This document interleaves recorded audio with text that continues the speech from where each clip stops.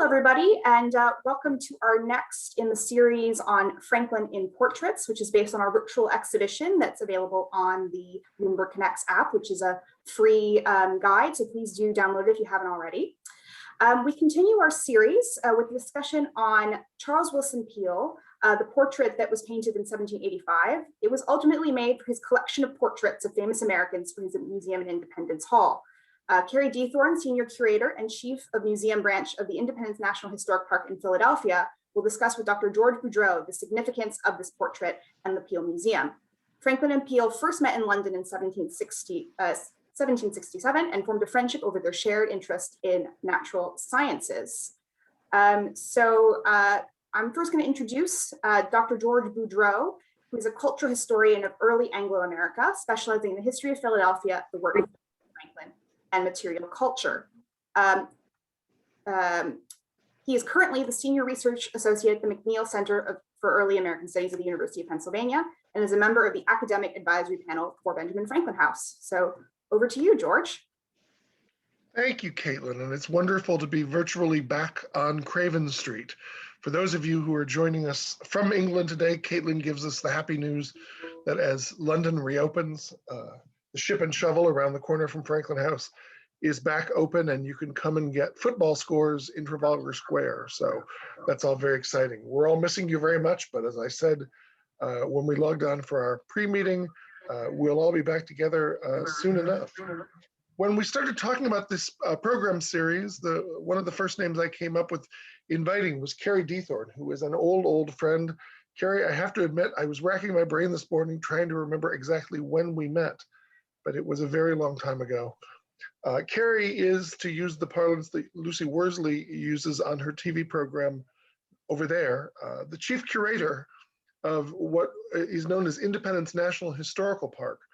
Independence Park is probably most famous because it is the location of Independence Hall, the spot where the American Congress declared its independence from Great Britain in 1776. And where the United States Constitution was written and signed in 1787. And it also owns perhaps one of the most famous objects in the United States, the Liberty Bell. So Karie is so fond of the bell that she curates that it actually is the title of her driver or her car's license plate, which I always get a kick out of seeing in parking lots. Karie, however, is the curator of a massive collection of Anglo-Americana, including paintings, ceramics, furniture, buildings, and a whole host of other things, all of which were collected from the mid-19th century onward to reflect the founding period. It's been my great privilege to be a volunteer with her, at times moving entire portrait collections or unpacking the parts-stored collection of archaeological and other effects with a group of my students some years back. And Karie has become, because of all this, a great expert on the paintings in the collection. She is co-author with her now retired colleague, Doris Finelli, of a massive catalog raisonné called The History of the Portrait Collection at Independence National Historical Park. For those of you on either side of the pond, this was published by the American Philosophical Society Press and is well worth having. It's still readily available. And she's done a great deal of work recently looking at Charles Willson Peale, who is one of early America's most important portraitists, and his collection is the basis for the portrait gallery.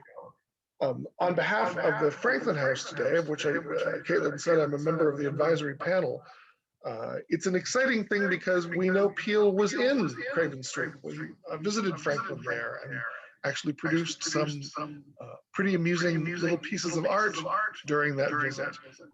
But Peale really had an eye of where America was headed and what Philadelphia's role in that would be.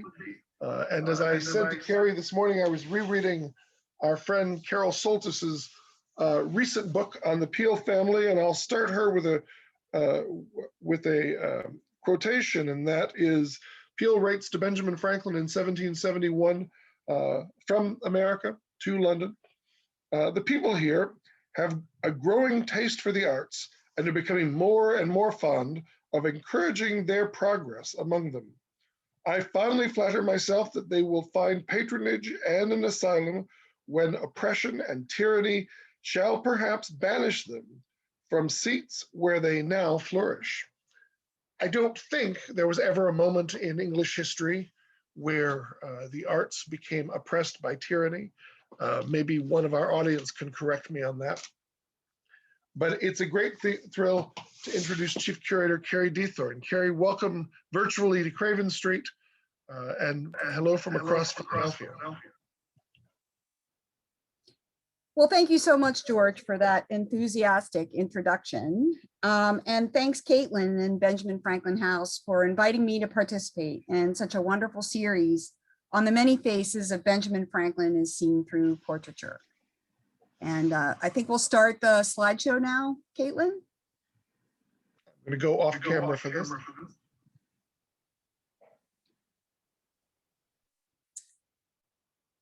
And if we could have the first slide. Let's begin. I guess I should wait for it to share. There we go. Thank you so much. So let's go to the first slide, please, Caitlin. Thank you. Let's begin by exploring the work of artist Charles Willson Peale for his Philadelphia Museum. Next slide, please. Charles Willson Peale, 1741 to 1827, was born near Annapolis, Maryland. After the death of his father, he was apprenticed to a saddle maker and took up several mechanical pursuits, including watchmaking. Peale attributed his first interest in painting to a time when he saw several landscapes and portraits in the home of a client. Peale thought the paintings were poorly done and tried his own hand at producing something better. He took a few lessons with his neighbor, the artist John Hazelius, and later Peale visited John Singleton Copley in his Boston, Massachusetts art studio. Peale's initial artistic productions impressed a prosperous family friend who subsequently collected subscriptions from other wealthy Annapolitans and sent the young artist to London for further study. Peale spent 2 years in the London studio of the American expatriate artist Benjamin West, a venture to which we'll return shortly as it marks Peale's first acquaintance with Franklin. When Peale returned to Annapolis from London, he opened his own painting room where he exhibited his portraiture to prospectors. In his work, Peale promoted a new style that depicted his subjects in casual and often familial settings. A few years of successful work led Peale to seek a larger market, and in 1775, he moved his family to Philadelphia, Pennsylvania, then the biggest city in British North America. In Philadelphia during the American Revolution, Peale painted portraits of military officers and statesmen, some of whom lost their lives in the service of the patriot cause, and displayed them in his Philadelphia home. Next slide, please. By war's end, Peale had transformed his family's abode, seen here at 3rd and Lombard Streets, with the addition of a skylit room, from an artist atelier into a public art gallery, which he called the Philadelphia Museum. The museum's mission was to present Peale's portrait gallery of what he called worthy personages, as both advertisement for the artist's painterly ability and as a popular attraction celebrating the new nation's heroes. By the mid-1790s, the Philadelphia Museum contained natural history specimens, taxidermically prepared animals, birds, and fish, along with minerals, ethnographic objects, and fossils, a live menagerie, and the portraits of illustrious citizens. Too extensive for the Lombard Street house, the collection and Peale's family moved to the American Philosophical Society, where Peale served as a newly appointed curator for the society's own collection. Next slide, please. This is a detail shot. I'll show you the overall print in just a minute, but It's highlighting the entrance to Peale's museum in the Philosophical Hall. Always seeking a greater audience for his work and more opportunity for the museum's didactic mission, by 1802, Peale secured the ultimate public platform when he rented the former Pennsylvania State House, now called Independence Hall. Next slide, please. And this is a shot. That detail is in the far background of this picture, and Independence Hall is the building on the left side of the picture. In the Pennsylvania State House, the Declaration of Independence and the US Constitution had been debated and signed, a legacy that Peale was quick to capitalize on in promotional material for his museum. On the second floor of the Pennsylvania State House, the Philadelphia Museum reached its zenith. Next slide, please.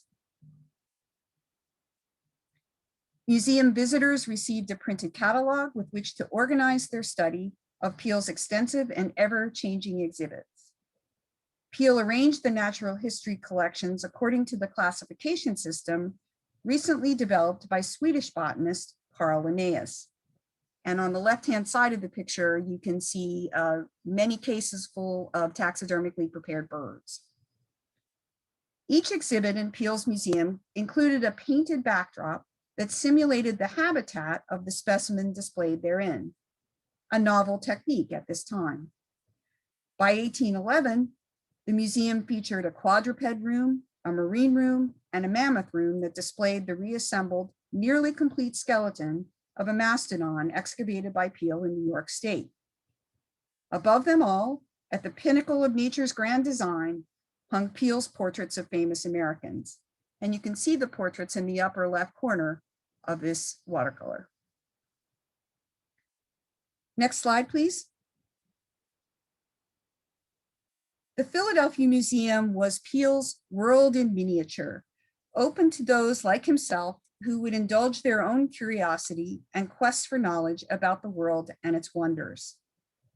Like the realistic settings for his taxidermic specimens, Peale wanted the museum portraits to reflect nature too, capturing the essence of their subjects' sterling characters. "Let them have truth," he wrote, "so that every eye may at first glance exclaim, 'How like the man!' Make them believe it is the man and see nothing of the picture."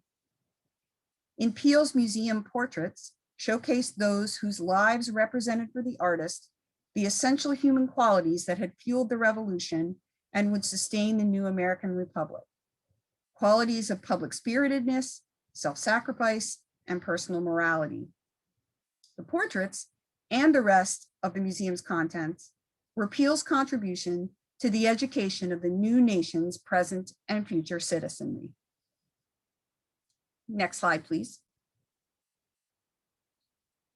With our introduction to Peale's museum, let's backtrack a little to see how Peale's artistic career intersected with Franklin's public and private life. This intersection ultimately led to a series of portraits of Franklin that Peale produced over a period of nearly 20 years. Next slide, please. 26-year-old Peale arrived in London in mid-1767. As arranged by his Maryland patrons, Peale reported to Benjamin West's studio on a street similar to the one you see in this image, where he joined a small group of other young Americans eager to learn from the acclaimed painting master. Next slide, please. Under West's tutelage, Peale followed a time-honored course in artistic instruction that included copying old masterworks, attending art exhibitions, and occasionally working on backgrounds and canvases painted by his instructors. And this image, called the American School, purportedly actually does show Benjamin West, the figure standing in the green on the left side of the picture, in his painting studio instructing young students. Later in life, Peale reflected on his early days in London, including how he sought out Franklin as a means of paying tribute to and gaining favor with the famous Philadelphian. In his autobiography, Peale recounts how, though he called upon Franklin uninvited, he was favorably received by the famous man. Peale wrote that Franklin readily recalled printing newspaper advertisements for Peale's father, Charles, who ran a young gentleman's academy in Annapolis during the 1740s. Apparently, to further commemorate his first meeting with Franklin in 1767, Peale sketched in his diary a scene that's traditionally identified as depicting the moment the young artist arrived in Franklin's room, only to find the philosopher sitting with the young woman in his lap. Next slide, please. I know everyone's seen this image and there's a lot of controversy about it, but I do kind of like to think of Peale both shocked and unavoidably interested in a scene like this. Next slide, please. Both in London and once he returned to Philadelphia, Peale maintained a cordial and respectful relationship with the elder Franklin over their shared intellectual interests. Ever the acolyte, Peale borrowed books from Franklin, sought his financial advice, and even acquired from him the very first animal specimen, a French Angora cat, that Peale attempted unsuccessfully to prepare taxidermically for placement in the museum. And by 1772, Peale's success as an artist gained him Franklin as a client. From London, Franklin shipped home a replica of David Martin's portrait, as we heard from Janine Bolt in last month's installment of the speaker series. Next slide, please. And asked Peale to reframe this painting for display in Franklin's Philadelphia home. While working on the reframing, Peale took advantage of the replica Martin's presence in his studio to copy it for himself. Next slide, please. After the revolution, Peale added this copy of the replica Martin to his burgeoning Philadelphia Museum collection. Later, Peale would donate this copy to the American Philosophical Society. And coincidentally, the replica Martin that Peale had borrowed also found a home in Peale's museum. Franklin had willed the replica Martin to the Pennsylvania State Executive's office, but the portrait remained in the Pennsylvania State House long after the state capital had moved west to Lancaster in 1800.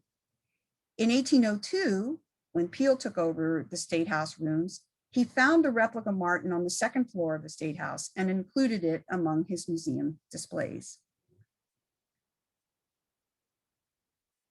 The Martin version of Franklin wasn't the only image of the elder statesman in Peale's museum. In September 1785, Franklin returned to Philadelphia from his last diplomatic posting abroad, and Peale immediately requested a sitting from him in order to prepare a life portrait for his Philadelphia museum. Franklin obliged, and Peale added the new life portrait to the museum before the end of that year. Next slide, please. The museum portrait presents Franklin thoughtfully gazing into the distance through his famous bifocals. Coincidentally, he's dressed in a manner very similar to the 1778 portrait by Duplessis. Next slide, please. In both, the figure's wearing a drab-colored coat and waistcoat with simple white linen. Both portraits present Franklin as he might have appeared in an informal daily situation. The 1785 museum portrait of Franklin also served to promote a new Peale business venture, the 1787 publication and sale of engravings made of select museum portraits. Next slide, please. The 1785 Franklin Museum portrait became the first one engraved by Peale for a commercial series to further promote the museum collection. The Franklin engraving even preceded one that Peale produced of the museum portrait of George Washington, thereby establishing Franklin's primacy with the public. Although the engraving series never reached its intended extent, other than Franklin's and Washington's, Lafayette was the only other portrait that Peale engraved.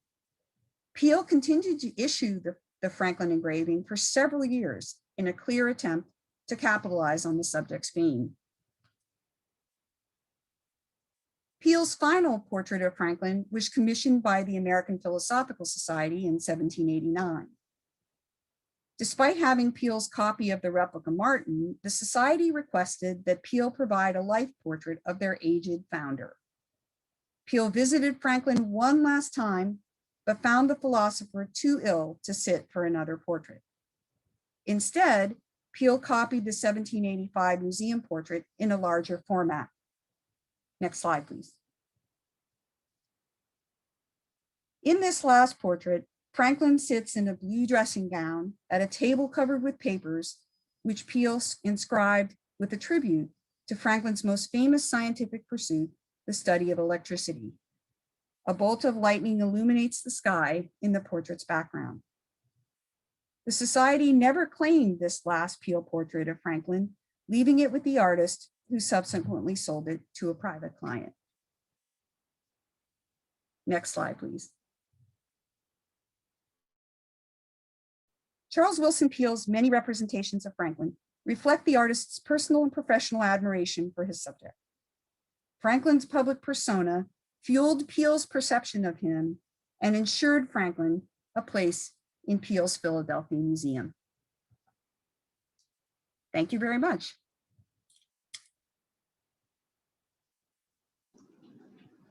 Thank you, Karie. That was phenomenal.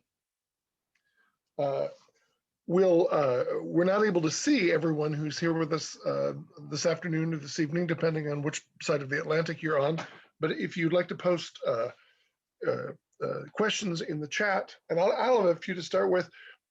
You're unusual in the curators we've had on the series so far because you don't actually curate the paintings you're talking about. How did the Franklin portrait not get included in what eventually came to Independence Park? And can you tell us about how the rest of the collection ended up in your gallery now? Oh, surely. The Peale family retained the portrait collection long after Charles Willson Peale had died in 1827. But by the middle of the 19th century, the Peale family was forced to sell the museum portraits. And they did so at public auction in the city of Philadelphia. At that time, the Peale portrait collection from the museum numbered about 255 paintings. And so it was a public auction, anybody could go to it and bid. And at the time, the city of Philadelphia had decided that Independence Hall should be a museum to the American Revolution and the early national history. And the city wanted to populate Independence Hall with portraits of signers of the Declaration and the Constitution and other statesmen and military heroes, et cetera, et cetera. So they sent a representative to the Peale portrait auction, which was in 1854. They even gave the person a pseudonym so that no one would know that the city of Philadelphia was buying all these paintings. And the pseudonym was P.C. Urban. Urban, like urban as a city of Philadelphia. So it wasn't that good of a pseudonym, but at any rate, the city of Philadelphia was successful in obtaining 94 pictures from Charles Willson Peale's museum. And those pictures hung in Independence Hall throughout the rest of the 19th century and into the middle of the 20th century. And if you see old postcards of Independence Hall, you can see the pictures hanging in the background.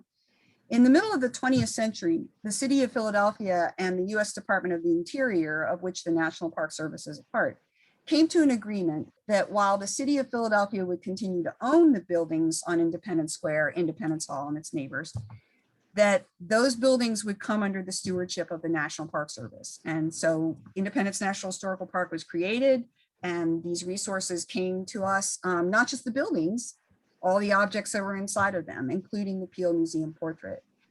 So the collection that I curate today of 94 paintings from Charles Willson Peale's museum is the same collection that the city of Philadelphia purchased in 1854. Unfortunately, that purchase did not include the 1785 portrait of Benjamin Franklin. That was purchased by a private citizen. And today, that 1785 portrait is at the Pennsylvania Academy of the Fine Arts here in Philadelphia. I know you and I have had many conversations when occasionally something interesting comes up at an auction house. How often do Peale, the collection can be sort of derided in some ways because Peale Experiment, he was always a great natural philosopher and he was experimenting with varnish, and some of his faces look like they've had kind of a very heavy lunch while on a boat ride. They're a little green across the gills. But how often does one of the missing Peales come up, and does the Park Service ever go looking for it? And maybe one of the people joining us today would like to, pledge the next $1 million to buy a painting. But well, it doesn't happen very often. Peale's museum collection was quite large, as I mentioned earlier, more than 250 pictures by the time it was sold at auction. And the portion that Independence Park manages is about a third of that. Mhm. But you'll find Peale Museum portraits in many other American museums, particularly in the Northeast. So here in Philadelphia, there are scads of organizations that have Peale Museum portraits of other subjects. Mhm. They're very distinctive, like the 1785 museum portrait. Peale's other museum portraits of other subjects, they're often in an oval format. It's just the person head and shoulders without anything in the background, kind of the perfect zoom picture, really. So you'll see them. But you were remarking just a minute ago about some of Peale's portraits having a rather bilious tone to the skin. And Peale had a very long painting career, more than 40 years. And naturally, as an artist, his style and his skill evolved as time went on. And it is true that his earliest works in the 1760s, 1770s, and early 1780s, that the skin tone of the sitters often has a greenish cast. And that's because of the palette that Peale used. It had a copper pigment in some of the colors, and those oxidized and turned green. And it happened very quickly after the pictures were produced, and Peale was horrified because it didn't look realistic. And so he changed his palette in the 1790s, and then he changed his palette again early in the 19th century when his son, whose name was Rembrandt Peale, came back from artistic study in France and introduced his father to a whole different color palette. So Peale's long oeuvre, more than 40 years of painting, has very distinctive stylistic periods. And it's often possible, once you become familiar with them, to say, oh, I don't need to look at the label. I can tell you exactly when that picture was done by Peale because of the physical characteristics of the paint and the depiction of people's faces. I wish I enjoy these programs a great deal. I just wish we could have everyone in the conversation. Because I'm always curious if the Britons on the program today know of Peale. I wonder, does his career have legs, or I suppose swim fins, to use a Franklin term? I'm trying to think of if any of his works hang at the National Portrait Gallery in London or other collections.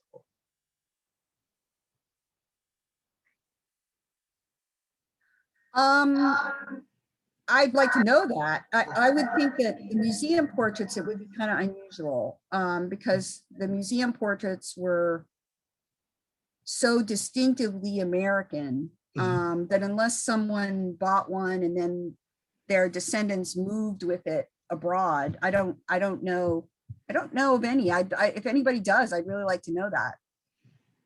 I don't. We haven't had contact with them during this series, but it's always one of my stopping spots in England, and it's always fun to watch the American tourists crowding in front of the Americans' portraits in the galleries when America was still a part of England. They have an interesting copy of a Duplessis. They have a George Washington portrait that hangs there, but. I'm saying, and there was we just had something pop up. Let me go into the chat and see. I do know of one Peale portrait of Washington. It's a copy of what's known as the Princeton portrait, where Washington is shown full length leaning on a cannon. It's in Paris. It's at the American Embassy. And it's interesting because it was painted in the 18th century, Peale painted, it was a copy, it's not the life portrait, for Henry Lawrence. And Lawrence was traveling to England for a diplomatic revolution, and his ship was captured, and the painting was confiscated by the British ship captain. And so the British ship captain's family and his descendants continued to own this portrait of Washington until it was sold at auction in London in the mid 20th century. And then it was acquired by someone who eventually donated it to the State Department. So there's an example of a Peale portrait, not a museum portrait, but a Peale portrait that has lived almost its entire life abroad. So. The British did have a kind of a nasty habit of seizing art as well as American politicians during the Revolution, but we'll try and get over the naughtiness of that. Karie, when I was on the Addingham London House course a few years ago, there was a Lawrence direct descendant. And when we got to the Tower of London to look at housing there for the residences that are part of the tower, they took a photograph of her standing in the doorway of her ancestor's cell. Although it was a very pretty little house, you know, today it would rent for tens of thousands of pounds if it were available in London. But I don't know how the London housing market is. But there's a link that's just been posted by Samantha, but I'm afraid I'm unable to read it. I'm afraid if I click on it, it'll blow my broadcasting up. So the rest of you can do that. But maybe Eleanor and Samantha have found Peale examples in Britain. Yes, I will look. I don't know who Charles Waterton was, but I will certainly look that up. Have we any questions from the audience? Karie and I can debate on for a long time. I have a question for you, George, and it's kind of an opinion question about this portrait of this museum portrait of Franklin, the 1785 museum portrait of Franklin, because I don't, when I look at it, I mean, I think it's accurate. Charles Willson Peale is painting accurately, but Franklin in the portrait has such a vacant look on his face, and I wonder why that is, because Franklin and Peale did have a personal relationship of long standing, and so I would imagine that when Franklin went to sit for Peale in 1785, they chatted and discussed a lot and maybe reminisced. So I often wonder why the picture ends up having Franklin look so, well, for lack of a better phrase, out of it. And I wondered if that's ever given you pause as you look at all the portraits of Franklin and think about them as they characterize the person. No, I mean, I think Peale, you know, and I would strongly recommend for those of us interested in early Anglo-American art, there's some wonderful monographs on Peale and the Peales and their work, because it was a family of artists. But I always think the museum paintings, is it a bad thing to call them almost cookie cutter? He's trying very hard to capture physical features almost as a scientist. This is the head of a statesman. Look at it. It's it's round. It's kind of flat. Yeah. But he's not. You know, some of his paintings are just so incredibly personal and evocative. And as I was going through Carol Soltis's new book that I have to admit I have not read cover to cover yet. It just came out right before COVID, and it just has been on my stack since then.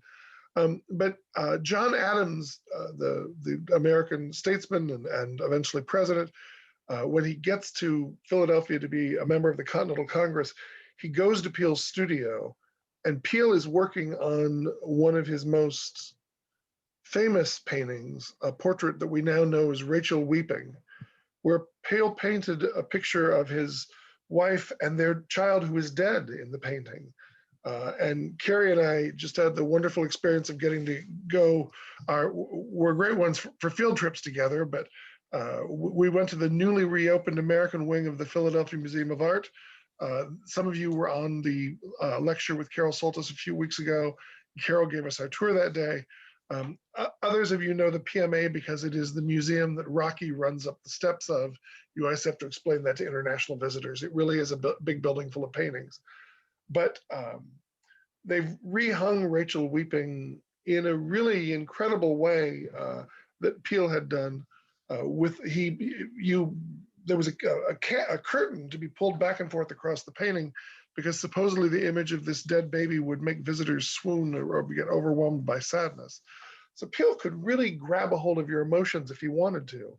But with the museum paintings, and I never thought much about the painting that I'm very fond of Franklin in blue banyan with a lightning strike going on behind him. I never really thought about that as a copy, but it certainly is. But he doesn't seem to be going for emotion there. You know, I would imagine that if I were watching lightning strike outside my window, I would be showing a little excitement. And as I said, when we did the Franklin and electricity international discussion through Franklin House recently, and I think actually since then, I was sitting on my front porch here in Northwestern Philadelphia, reading my phone of all things during a rainstorm. And all of a sudden my right eye went bright red. I thought something was the matter with my eye, and I turned my head as lightning struck a tree a couple 100 feet away. It was a big blast. But I would expect Franklin's emotion to be like mine, which is when you jump up and yell some curse words and decide to move a little further away from strike possibility. As a Franklinist, we all become very aware of electricity. But I don't think the museum portrait he's going for. I don't think it's that he's, you know, at this point he's 79, 80 years old. I don't think he's out of it. But certainly people were painting him at this point and showing emotion, but he didn't seem to do so in this. Well, Peale's rather formulaic approach to the museum portraits was conscious. It was a conscious effort. Well, because Peale and many of his contemporaries subscribed to this idea of the science of physiognomy, where someone's character is relevant or obvious in the features of their face. And so I've often wondered about that with the Peale 1785 Peale Museum portrait, if Franklin was just at this point such an icon that Peale wanted to include a life portrait in his museum, but Peale didn't feel compelled to really present a character study of Franklin because everybody knew Franklin. Yeah. So I wonder in a way if it was just kind of a placeholder. And the 1789 copy for the Philosophical Society, I think because it contains so many attributes, the lightning bolt, the inkstand, the papers, you know, that's less of a portrait and more of a record of someone's duties or someone's contribution. So it's not really a personality study as much as it is Franklin, the symbol of scientific pursuit. So I think, you know, of course, Peale's not here for me to ask, unfortunately. And I don't like to get too Freudian about painting analysis, but I do think that the relationship between an artist and a subject in any era is something worth discussing. And what is the artist really trying to do with the picture? And in Peale's case for the museum, as you were just saying, some of the presentations are so insightful and so vibrant that it seems as if the person has just stopped talking in front of you. And then others are like the 1785 Franklin portrait, where they're more symbolic really than anything. And so I think that's really true. And Peale, despite his absolute commitment to his art, had, you know, days where he was less inspired than others. And I really do wonder if it's simply that Franklin's face was so familiar that Peale just really didn't feel like he had to add anything to the picture in order to make it clear to people that it was Franklin's face that was there in the museum. I don't know. I'm just speculating about, but I'm always interested in hearing what other people think about that particular portrait, because it seems the 1785 Franklin portrait seems very undynamic to me.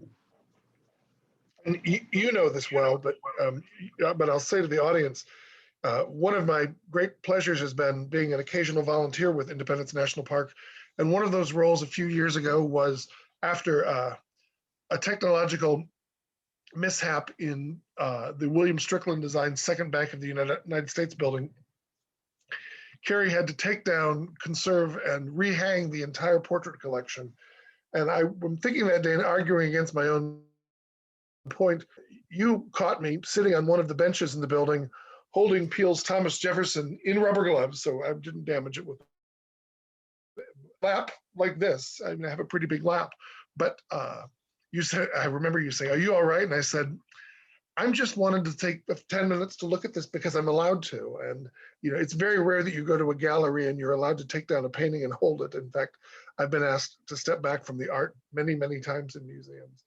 But I think about just how powerful and evocative the Jefferson portrait is, for example, and others in that collection. The portrait of Mr. and Mrs. Robert Morris, which our audience can Google and look up Peale's Grand Manner portraits of the two of them. Mrs. Morris appears to be wearing a fruit basket on her head. I know it was. But during and after the Revolution, Philadelphia women got into big hair. So this isn't his most exciting canvas, but it's probably of any of his relationships with an artist who painted him the most exciting. Peale named a child after Franklin, as well as it seemed like half the artists in the National Gallery, including Angelica Kaufman, who befriended American artists on the Grand Tour, and her art pops up all over any tour of grand houses in England. Eleanor Hamlin, who is an important member of the staff there and an occasional visitor to us here in America, asked, "Karie, what's your favorite portrait of Franklin?" Of Franklin or of, yeah, I see Eleanor's question and it seems like it's, what's your favorite Peale painting? Oh, I'm sorry. Sorry. Any Yes. subject. Yeah, any subject. Oh, that's easy for me. Unfortunately, it's not in the collection that I curate at Independence Park. It's in the Philadelphia Museum of Art's collection that Carol Soltis curates. And that's a picture called The Staircase Group, which is a trompe-l'oeil picture in which two of Peale's sons are ascending a winding staircase. And it's just such a wonderful texture, light, extraordinary technical skill. And but most of all, it so lovingly portrays two members of Peale's own family. And I never get tired of looking at it. And it's newly installed at the Philadelphia Museum of Art, beautifully lit, and really very, very special. So that's always been my favorite. And while you don't have the painting, you do have the building, because we believe, based, I guess, largely on Wendy Bellion's research, that they are on the box winder staircase that used to be on the second floor, or was temporarily on the second floor of Independence Hall.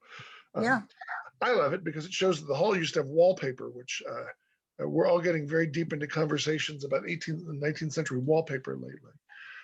It is a phenomenal piece of art, and one of the ones that in the rehang at the PMA, I know we see several old friends from Philadelphia who are on here. You need to get down the Parkway and look at what they did with sort of three entree collections: Peale's Staircase Group, Copley's portrait of Governor and Mrs. Mifflin, and the two Native American portraits by Hesselius, which are just it really draws you into the galleries beyond, and it's a phenomenal thing.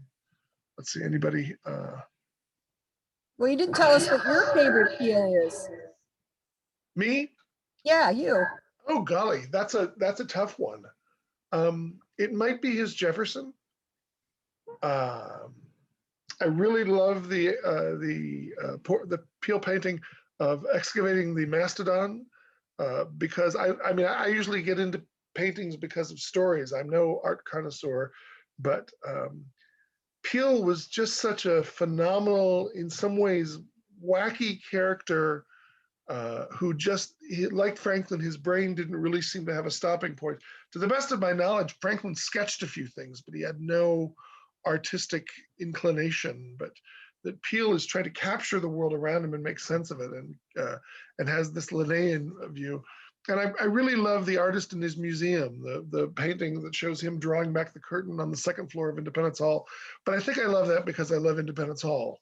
And I've walked around upstairs trying to triangulate exactly where he stood for that. But of course, the National Park Service made the decision to restore the room to the Revolutionary period and not to install all the taxidermied.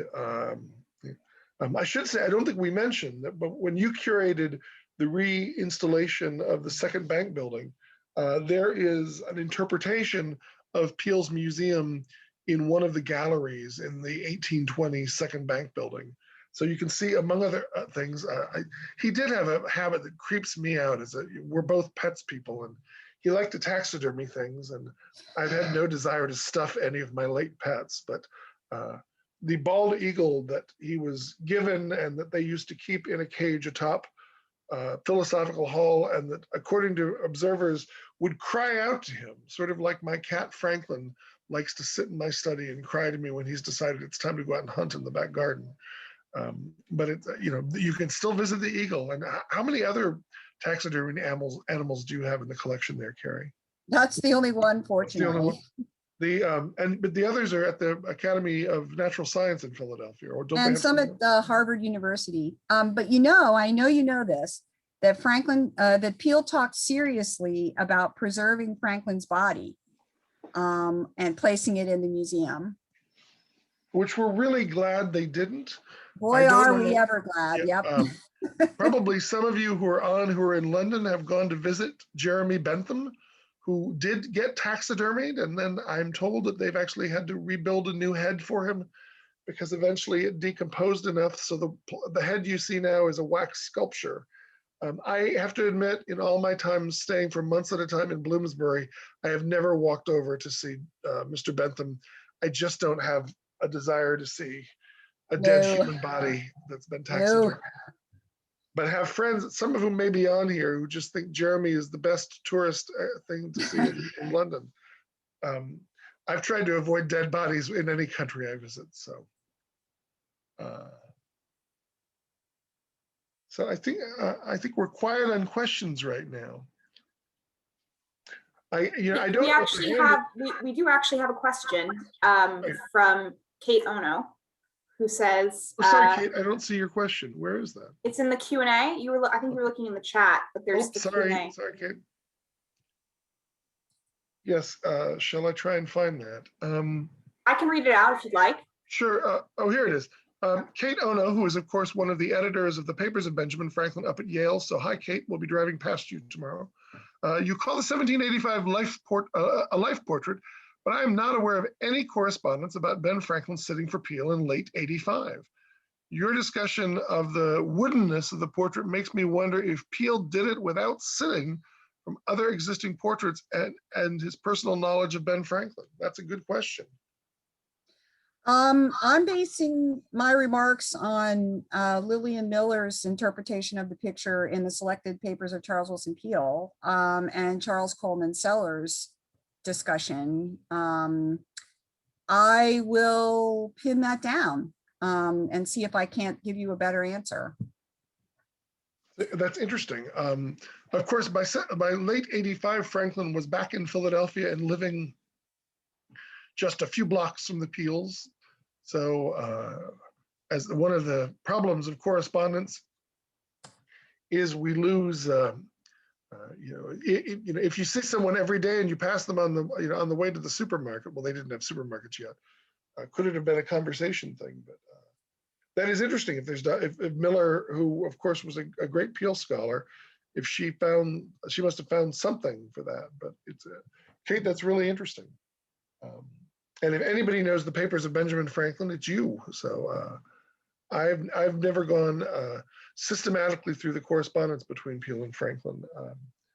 Occasionally pulling things out for a lecture, but that's an interesting catch. Anyone else? You're all terribly well behaved today. Caitlin, you're still here. Do you want to give an update about the house? Are you open? Yes, sure. Happy to do that. Hello. For those of you who don't know me, my name is Caitlin Hoffman. I'm the operations manager at Benjamin Franklin House. We are very happy to say that we have reopened to the public. We are still only partially reopened, so we're only open on Fridays, Saturdays, and Sundays. But if any of you who are joining us are here on the UK side, we are open to the public now. So please do come visit. We are actually doing a promotion for July 4th. So if anybody has been really needed a reason to come to Benjamin Franklin House, now's the time. How does that go over with the neighbors? Do they get upset when you talk about Independence Day or? Oh, no, we haven't had any issues so far, but you know, who knows? this year may be different. But actually last year, we reopened to the public on July 4th when the government guidance allowed us. So, you know, July 4th to us is very meaningful in more ways than one, other than just American Independence Day. It seems to be the days where we're open to the public. So that's great. Well, it seems like from the buzz on the internet, the special relationship seems to be pretty special again. Our new president didn't embarrass himself in front of Her Majesty of things and didn't turn his back on her and walk down an alley in front of her and such. But it seemed like the G7 went off okay. Yes. So I'll be back over as soon as they let me cross the border, but it seems like it's still going to be a while. I don't long for the comforts of a quarantine hotel, although people do seem to be doing it. So, and we'd encourage everybody on that side of the pond to come visit us in Philadelphia. Carey's Park is getting back open. Only a few buildings right now, but is it July when things will be more, including the second bank with the portrait collection and the wonderful Benjamin Franklin Underground Museum that Karie was integral in working. How are we on time? I guess we're about out. If anybody has any questions, we'd all love to hear from you. If you have any further questions, I'm easy to find by my 6 initials, which are gwbphd.com. You can find my website. Karie, you could use her name with an underscore between her first and second name at nps.gov in the US. And I'm sure you all know how to find Caitlin because of the Benjamin Franklin House website. We are not entirely sure if we'll do another one of these programs into July because of vacation schedules and such, but there's a lot more to learn, both monographs about various artists and Charles Coleman Settler's classic book that on Franklin and portraiture. And there's always a lot of good things to learn about Franklin. And it's been a real pleasure once again to work with Caitlin Hoffman and Eleanor Hamblin and Dr. Marcia Belasciano and all the crew on Craven Street. I miss you all terribly and hope we can get to the ship and shovel again soon. I keep expecting to start getting royalty checks from that pub as early Americanists arrive there, but there is a Benjamin Franklin Memorial table there that we always sit at when we go for post-lecture drinks. So, Karie, I owe you a pint, although I know as a National Park Service employee, you can never consume alcohol in public and all those. And fun fact for those of you who will come to the Ship and Shovel, they misquote Benjamin Franklin. They do. Yes, they do. Yes, I didn't know. They use the wrong quote about alcohol. So yeah. So, which I always say when visitors come to the house that I think it's quite ironic they didn't come and talk to us first, because I think we probably could have told them whether or not that it was correct. But you know, it's all in good fun. So we hope everybody comes and visit us, and of course, thank you so much to George and Karie for doing this fascinating talk today. As George says, you can find out more about Benjamin Franklin House and what we do in the various virtual events that we have upcoming, and also if you'd like to visit the house in person at www.benjaminfranklinhouse.org. Thank you all. Thank you. Bye-bye. Bye. Bye-bye. Good